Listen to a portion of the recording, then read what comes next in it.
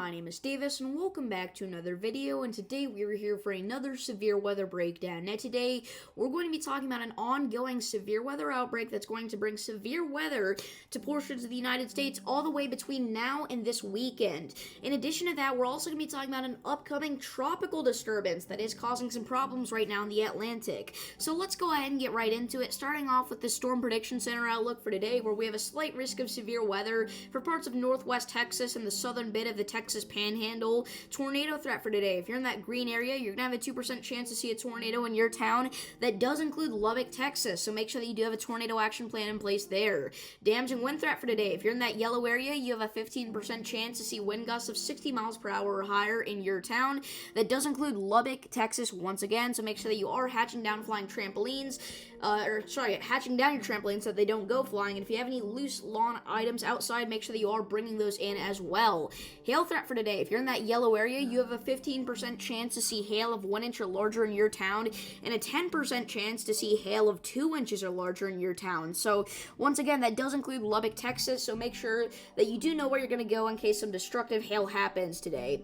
Now, moving on to tomorrow, we have an enhanced risk of severe weather for portions of the central and southern plains. Tornado threat for tomorrow. If you're in that yellow area, you have a 10% chance to see a strong tornado in your town, somewhere from EF2 to even all the way up to EF5. This does include Colby, Kansas, Garden City, Kansas, and Woodward, Oklahoma, so if you are there, definitely make sure that you do have a tornado action plan in place tomorrow, and stay weather aware. I will definitely be going live tomorrow several times to cover this event.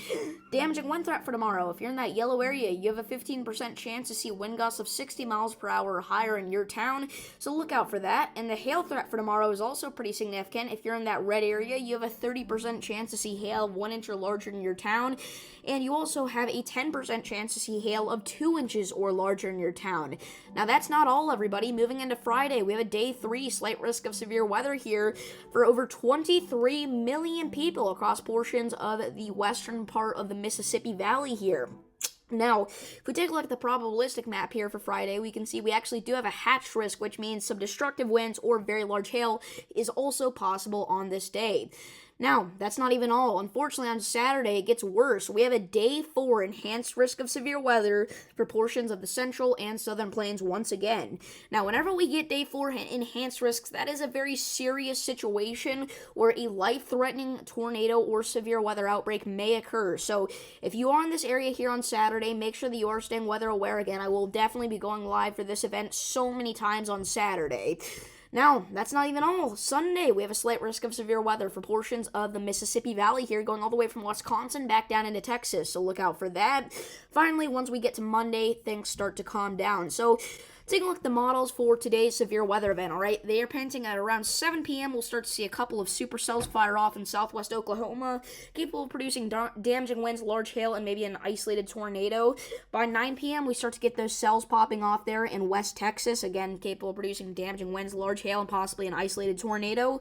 By 10 p.m., those are rolling into more portions of, kind of central and southern portions of the Texas Panhandle. 11 p.m., that kind of action continues all the way through midnight, and 1 a.m., we've still got supercells out there that you got to look out there for, especially in West Texas. Now, we can also take a look at tomorrow's enhanced risk event. We see that around 4 a.m. tomorrow, some supercells start to fire off there on the Oklahoma-Kansas border, and those could be strong to severe, so you got to look out for that.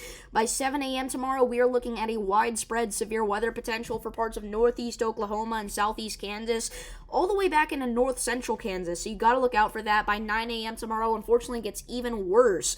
We are going to have a huge supercell potential for parts of Arkansas, Oklahoma, Missouri, Kansas, even all the way up into Nebraska at that time. So you've got to look out for that. That's going to continue through the late morning and afternoon hours there, even all the way into the evening hours tomorrow, like 7 p.m. We are still dealing with a cluster of strong to severe storms across parts of Missouri that you're going to have to look out for. And then we're also seeing some new supercells pop up back here in the plains once again, which could cause some more strong to severe storms out there, all right? 9 p.m. That continues on Thursday. 10 p.m. continues on Thursday, even all the way into 11 and 12. Those supercells get very intense there in parts of Nebraska, so you got to look out for that. And we can even take a look at a little bit of Friday's severe weather event here, all right? And we can see that it's not looking good, everybody. Right now, Friday's only currently depicted at a slight risk of severe weather. I'm almost certain that'll get upgraded to an enhanced risk as the event gets closer. Because, I mean, just look at this, guys. We have a huge linear threat of supercells here.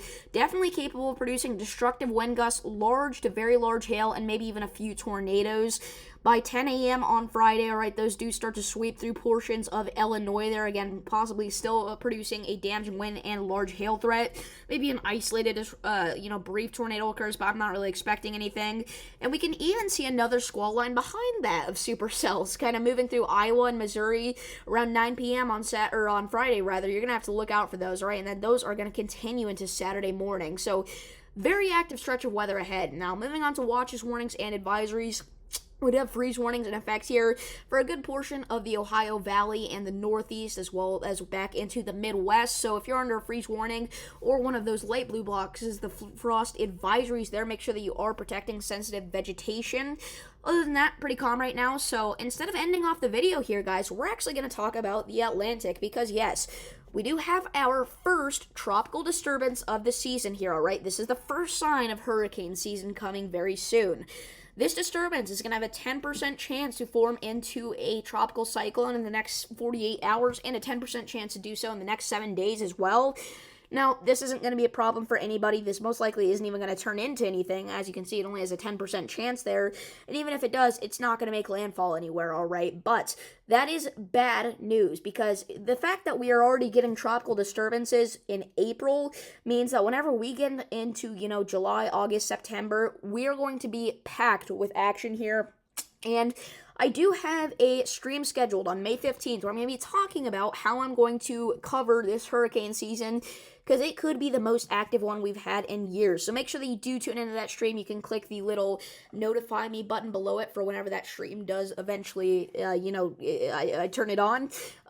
So anyway, that's going to be it for today. If you guys did enjoy this video, please do be sure to like and subscribe. Thank you all for 900 subscribers. That's incredible. And I will see you all in the next one. Peace.